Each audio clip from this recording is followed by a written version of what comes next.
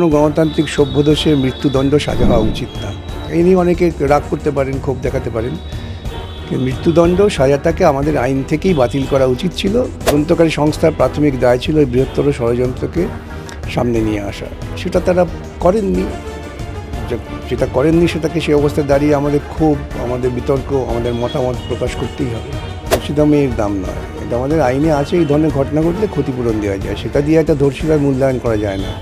ধর্ষিতার মূল্যায়ন তো মুখ্যমন্ত্রী করে দিয়েছিলেন, বয়সভিত্তিক ধর্ষণ হলে কী পরিমাণ টাকা দিতে হবে। ডাক্তারদের তো উচিত আন্দোলন চালিয়ে যাওয়া। আমি তো মনে করি আন্দোলন চালিয়ে যাওয়া উচিত। এই আন্দোলনের ফলে অন্ততপক্ষে বিভিন্ন গণতান্ত্রিক যে প্রাতিষ্ঠানিক সংস্থা আছে তারা সচেতনভাবে কাজ করবে। এবং যদি কেউ মনে করেন এই রায় তাদের মনোপুত হয়নি, তারা উচ্চ আদালতে যাবেন, এর বাইরে বিশেষ কিছু বলার নেই। আমরা গতকাল দেখলাম আরজিকর মামলায় যিনি দোষী সঞ্জয় রায়কে বিচারক শাস্তি দিলেন আমৃত্যু কারাদণ্ড। এই যে রায় দেওয়া হলো, সেই রায়ের পর থেকে শুরু হয়েছে নানা মহলে বিতর্ক। এই রায়কে কিভাবে দেখছেন একজন আইনজীবী হিসেবে? বিতর্ক হওয়া ভালো, যারা বিতর্ক করছেন করতেই থাকুন, তাতে কোনো আপত্তি নেই। বিচারপতি তিনি রায় দিয়েছেন, তার সামনে যে সমস্ত তথ্য হাজির করা হয়েছে তার ভিত্তিতে। এবং যদি কেউ মনে করেন এই রায় তাদের মনোপুত হয়নি, তারা উচ্চ আদালতে যাবেন, এর বাইরে বিশেষ কিছু বলার নেই। মানে এই যে ফাঁসির সাজার জন্য বারে বারে সিবিআই থেকে নির্যাতিতার পরিবারের আইনজীবী বলছিলেন, সেখানে ফাঁসির সাজা হলো না, হলো আমৃত্যু কারাদণ্ড। সেটা বিচারপতি বিচার করেই দিয়েছেন, তার বিচারের উপর তো ভরসা রাখতে হবে। আমৃত্যু কারাদণ্ড খুব সহজ সাজা নয়, এটা একটা কঠোর সাজা। এছাড়া আমি ব্যক্তিগতভাবে মনে করি কোনো গণতান্ত্রিক সভ্য দেশে মৃত্যুদণ্ড সাজা হওয়া উচিত না। এই নিয়ে অনেকে রাগ করতে পারেন, ক্ষোভ দেখাতে পারেন। মৃত্যুদণ্ড সাজাটাকে আমাদের আইন থেকেই বাতিল করা উচিত ছিল, কিন্তু এই দেশের যারা আইন প্রণেতা তারা মনে করেছেন যে এরকম রাষ্ট্র সরাসরি খুনের দায় নিতে পারেন, এইরকম একটা নেতিবাচক মানসিকতাকে থেকে আইনে রাখা হয়েছে। কিন্তু এছাড়া প্রায় সর্বোচ্চ সাজাই দেয়া হয়েছে। কিন্তু রাজ্য সিপিএমের তরফ থেকে বলা হচ্ছে কি রাজ্য কেন্দ্রের রাতার তার জন্য ফাঁসি হলো না।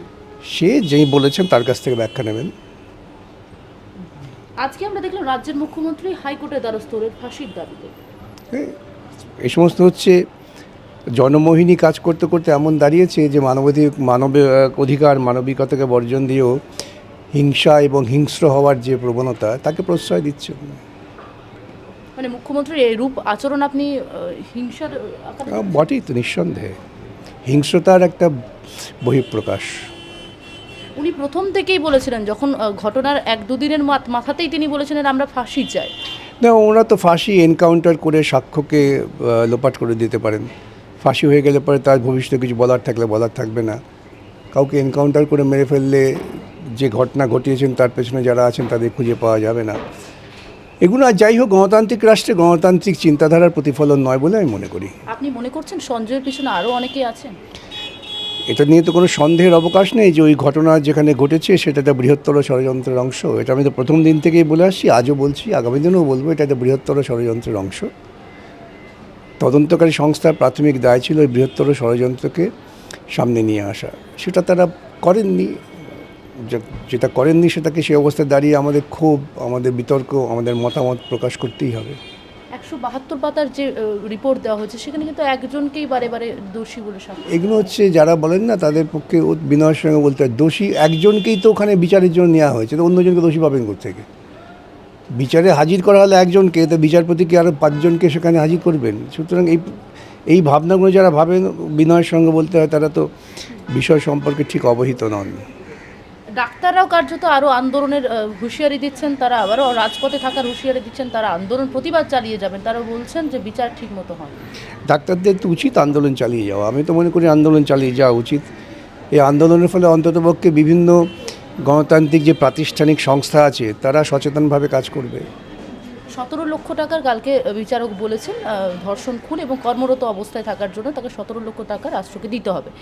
তারও প্রতিবাদ কিন্তু চলছে। সেখানে দাঁড়িয়েও কিন্তু বারে বারে বলা হচ্ছে যে একটা ধর্ষিতা মেয়ের দাম 17 লক্ষ টাকা। আবারও বিতর্ক। যারা বলছেন ধর্ষিতা মেয়ের দাম, তারা তো ওই নিজেরাই মূল্যায়ন করছেন। এটা ধর্ষিতা মেয়ের দাম নয়, এটা আমাদের আইনে আছে। এই ধরনের ঘটনা ঘটলে ক্ষতিপূরণ দেওয়া যায়, সেটা দিয়ে একটা ধর্ষিতার মূল্যায়ন করা যায় না। ধর্ষিতার মূল্যায়ন তো মুখ্যমন্ত্রী করে দিয়েছিলেন, বয়সভিত্তিক ধর্ষণ হলে কী পরিমাণ টাকা দিতে হবে, এবং তিনি সেই উদ্যোগও নেন সবসময়। এই যেমন এই নির্যাতিতার পরিবারকেও তিনি টাকা দিতে গিয়েছিলেন। সেটা তার একটা সাক্ষ্য প্রমাণ লোপাট করার বা কিনে নেওয়ার পরিকল্পনা থেকে হয়, কিন্তু এটা বিচারপতি রায় দিয়েছেন আইনের নিরিখেই ক্ষতিপূরণ ঘোষণা করেছেন। তাহলে আজকে হাইকোর্টের দ্বারস্থ হওয়া মুখ্যমন্ত্রীর পুরোটাই কি আইওয়াস? সে সাধারণ মানুষ তো তাই বলবে, আমি তো তাই বলি। এখন হচ্ছে, হয়ে যাক, সরকারি পয়সায় ধ্বংস করার সহজ রাস্তা আছে, হোক। অভিষেক বন্দ্যোপাধ্যায় বলছে সঞ্জয়ের মতো ধর্ষকের পিছনে আইনজীবী বা টাকা পয়সা খরচ করা উচিতই না। এইসব কথা যারা বলেন তারা মূলত স্বৈরতান্ত্রিক মানসিকতার শিকার। এদের মধ্যে গণতান্ত্রিক মূল্যবোধই নেই।